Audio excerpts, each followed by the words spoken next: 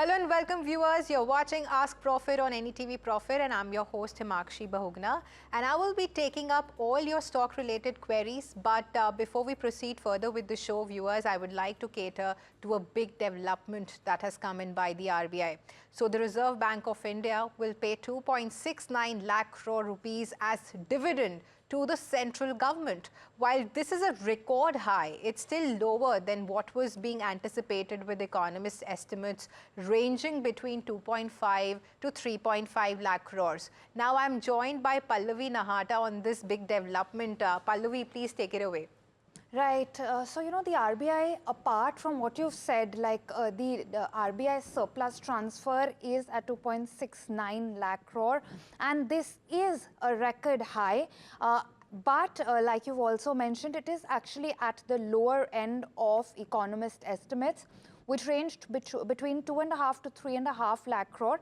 What else is noteworthy is that the RBI has also revised the economic capital framework. Now, the revised framework stipulates the risk provisioning under the contingent risk buffer to be maintained within a range of 6 plus or minus 1.5% of the balance sheet size. Now, this is compared to the existing level of 6.5% with a lower bound of 5.5%. And this is also one of the reasons that we are possibly seeing the surplus to be at the lower end of what was being expected. Now, this is likely to have some fiscal implications as well as some liquidity implications. We'll quickly go across to Gaura Sengupta, Chief Economist, IDFC First Bank, and Anubhuti Sahai, Head, South Asia Economics Research at Standard Chartered Bank, who are joining us to share some of their insights on what this surplus transfer means for the government. Hi Gaura, I'll come to you first. What are you making of these figures and what were your estimates? So it is in line with our estimate. Our estimate was ranging from 2.6 to 3 trillion rupees, but the dividend, as you mentioned, has come lower than the market estimate.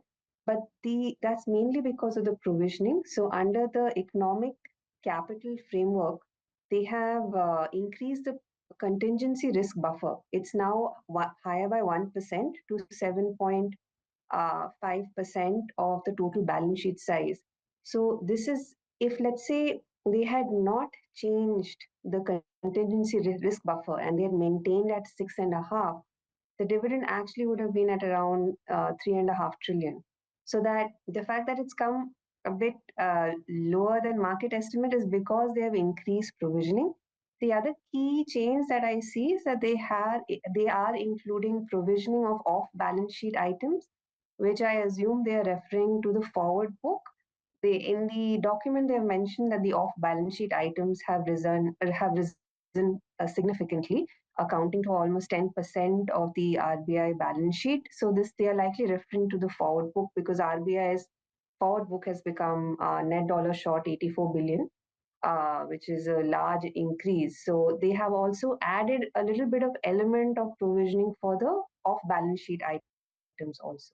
But if, let's say, they had not changed the dividend, the provisioning, the dividend actually would have been higher at around 3.5.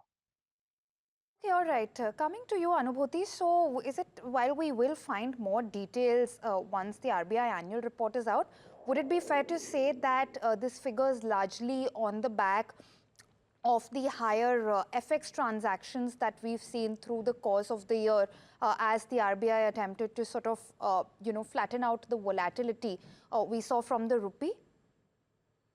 Yeah, absolutely. Pallavi, this dividend, while it's lower than expectation, it's still a very hefty number and one of the record highs which we have seen in terms of transfer from the RBI to the government. And as you very rightly pointed out, it is primarily driven because of massive dollar sales which the RBI pursued in fiscal year 25.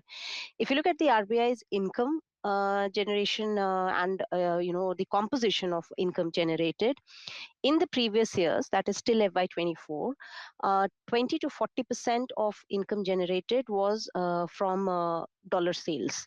But in FY25, as they sold a record amount of dollars, which is $400 billion, we estimate that almost 50% of the income came from dollar sales vis-a-vis a much lower range, which was the case till fiscal year 24.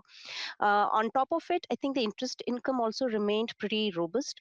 So domestic assets and foreign securities assets yield them decent interest income, and they were either flat or marginally lower. So that also would have provided support. But the big support came primarily from massive dollar sales, which RBI did in fiscal year 25. All right, coming back to you, Gaura, I do want to understand what the fiscal implications of this figure might be. Do you expect any change to possibly the government bringing down its fiscal deficit number? Or do you think that, while this figure does provide some support, it might largely be redirected to other avenues? So the budget is actually building in, I think, around a 2.2, 2.3 trillion RBI dividend. So this dividend is higher than that. It creates a fiscal space of around 0.1% of GDP. We don't expect it to materially change the fiscal deficit, because you have to understand that the fiscal is also facing risks from, let's say, the income tax collection target, which is a bit ambitious given the fact that there has been a substantial income tax cut. There's also a potential shortfall that can happen from disinvestment proceeds, which have been usually trailing the budget estimate for the last couple of years. So when you take these into account, you include the fiscal space that the RBI dividend has created, plus the government of India had also increased the excise duty on petrol and diesel. That also helped them create another, a slightly more, another 0.1% of GDP of fiscal space. We still see that the government of India is on track to meet the 4.4 fiscal deficit target.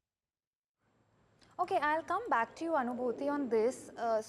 Pretty much the same question. Can we expect anything in terms of the fiscal deficit impact, or do you also believe otherwise? I think it's still very early to go ahead and say that fiscal deficit will be narrower than budgeted. I think there are reasons where we can see some shortfall either in revenues or maybe higher spend in case if growth dips. But I think fiscal deficit either will be at 4.4%, which is as per budget, or narrower for two counts. One, this RBI dividend, even though it's lower than market expectation, it will still yield the government close to 0.15% of GDP worth of additional revenues. Second bounty is likely to come because crude oil prices are significantly lower. They have increased excise duty, but it's still, it won't yield a very large revenue upside, but probably the upside revenues can flow in via the dividend channel, via the corporate tax collection, especially from the oil companies. So our sense is 4.4 is likely to be delivered. And if things go in line, if revenues are okay, and if they don't spend a lot more, then we might actually see a better number. But as of now, it's very early to pencil those in. 4.4 is definitely coming through by end of March 26. Okay, Gaura, I do want to ask you how you are viewing the tweak we've seen in the contingent risk buffer as well. It has been raised, and the central board has sort of stuck to the higher end of that new range they've recommended. Given the uncertainty we have seen unfold over the course of the past few months, how are you sort of viewing that tweak in the economic capital framework? I think it's a very, very good move. It shows a lot of foresight on the RBI side, because they are trying to do two things. One is they're trying to smoothen the dividend transfer. So now the dividend has become a large source of wall in fiscal calculation. So even last year, we got a very large dividend of 2.1. The year before that, it was significantly lower. Now we've got another high year of 2.7. So they want to smoothen out the transfer from the RBI to the government of India. So the volatility on the fiscal account is less. So let's say as we are in a high, this particular FY25, RBI has generated a very large dividend. So they maxed out their contingency risk buffer at 7.5. During years when they let's say the revenue generation from the RBI is lower, they have the flexibility to reduce their contingency risk buffer to 4.5. So they have widened the contingency risk buffer. It's not just higher, but it's actually wider. They are first trying to make sure that over the years the dividend payment is smoother to the government of India. The second thing to keep in mind is RBI is facing a very volatile global situation, especially on the FX reserve front. For example, 85% of our FX foreign currency assets, excluding gold, that those are held in foreign securities, and we assume majority of that would be in US treasuries. Now, US yields are facing upward pressure because of the markets are questioning the sustainability of the US fiscal deficit debt trajectory. And that question is not going to get resolved anytime soon. So upward pressure on the US yields will persist, and that could pose revaluation loss on FX reserves. So again, from both these perspectives, smoothening the payment as well as dealing with a more volatile global environment, it's a very good. Okay, all right. And I know this is an extremely preemptive question, but what does that then say about the RBI surplus transfers going forward? We have typically seen the central board, stick to the higher end of the contingency risk buffer range. So maybe next year, while we may or may not sort of continue to see a fresh record high in terms of the transfer, any expectations, anything that we can sort of preemptively get in terms of information from these tweaks? Anubhuti? Very early, Priyanka, like we are just 2 months in the new financial year, and we'll have to see a lot of things on dollar sales, the quantum of dollar sales, the how the yield moves both domestically as well as globally. So still way early, but I think given that they have kept the CRB buffer at the higher end, it clearly gives them some comfort going forward in case if income generation is lower than what they have done in the last financial year, they will still have room to provide some surplus transfer to the government. But as Gaurav was pointing out, this provides them buffer both to manage financial stability risks which can emanate in the current uncertain global environment, plus smoothen out and allow for better predictability on government's fiscal consolidation path. Okay, all right. Coming back to you, Gaura, in terms of liquidity implications, what is the expectation given the RBI surplus transfer? So in terms of liquidity, it's now this the most significant boost after all the OMOs that RBI has done in terms of durable liquidity infusion. But the impact on system liquidity will take some time. It depends on when the government actually spends the money, and then it will enter the banking system. So if you look at the pattern last year, the government of India was able to spend the RBI dividend by June end. Now, but that last year was also an election month, so your expenditure was a bit skewed to the second half. So it may not be the right metric. So we've taken a more smoothened pattern of government expenditure. So let's say over the next couple of months, by August, you could actually see the system liquidity surplus rising to around 5 trillion rupees or 2% of NDTL, which is higher than, let's say, what the RBI governor had given us guidance for transmission. But we still feel that RBI will need to do more OMO purchases, more in the second half of the year, in FY26 second half, because we are also seeing a large pickup. We are seeing, I would not say a large pickup, but we are seeing a pickup in currency leakage. So we do estimate a 1.6 trillion OMO purchase in the second half of the year, more towards the, to the later part of the second half of the year, concentrated more to the second half of the year. Okay, all right. Anubhuti, coming back to you, given that today's figures do go some extent in providing some comfort to the government, and given what the state of the economy is, what are you picking up in the sense, we do expect GDP numbers to be published next week, and for while that's for Q4 of the last fiscal, it is expected that there will be some improvement in these figures. What are you gauging from high frequency indicators currently for the ongoing quarter?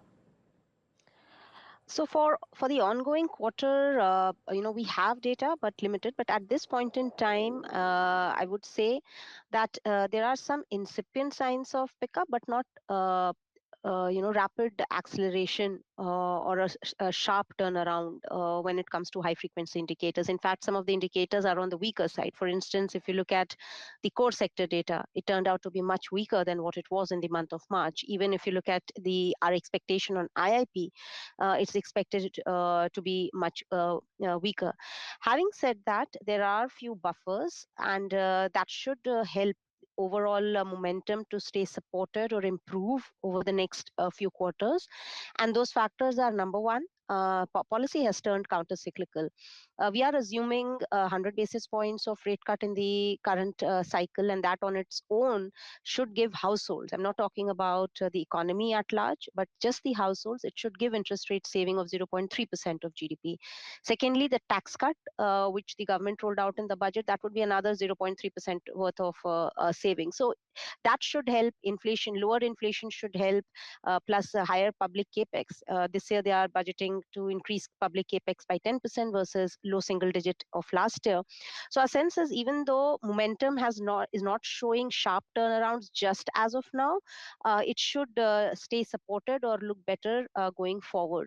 The big uncertainty is likely to come from the global front.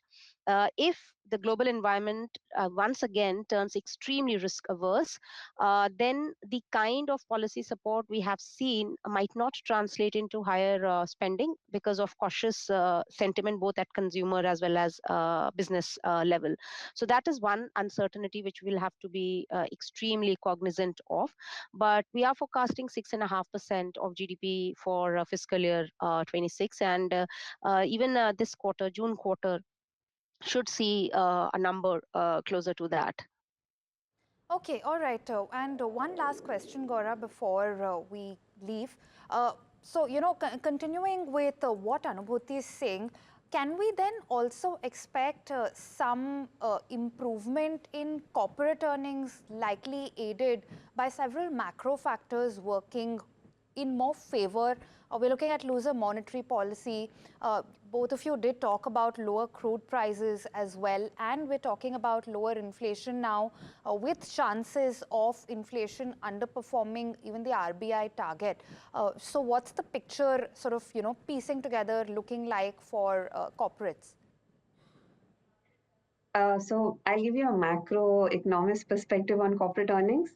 So yes, you're right about the fact that inflation pressures are lower. If you look at the WPI index, it's likely to be well below the 1% mark. The way with the crude oil prices falling, with the way you have global commodity prices falling because of the weaker global growth, the weaker China scenario that the markets are pricing in. So that means input cost pressures on corporates will reduce, and we could see some widening of margins. For example, we saw this phenomena in FY24, where even though the sales growth of listed companies was slowing down, but the profit growth was still on the stronger side because input cost had reduced. But obviously, it will not be as substantial as it was in FY24, because FY24 was on the back of the previous year, where we had seen disruptions because of geopolitical risk, and we were coming off from an abnormal time to a normal time. So the delta was larger. So definitely we will see some reduction in input costs, but it will be slightly more moderate. So we could see some pickup in listed company profits, but I would still say it's muted. So for us, our FY26 GDP growth is slightly similar to Anubhuti's. We're at a 6.3. So what we are building in is that you have uncertainty globally because of the tariffs, which is not going to go down anytime soon. Secondly, the domestic front, we have urban consumption, which is stayed weaker because real urban wage growth has slowed down. So this is going to keep private corporate capex tentative. So hence we've taken a very conservative 6.3 real GDP growth estimate for FY26.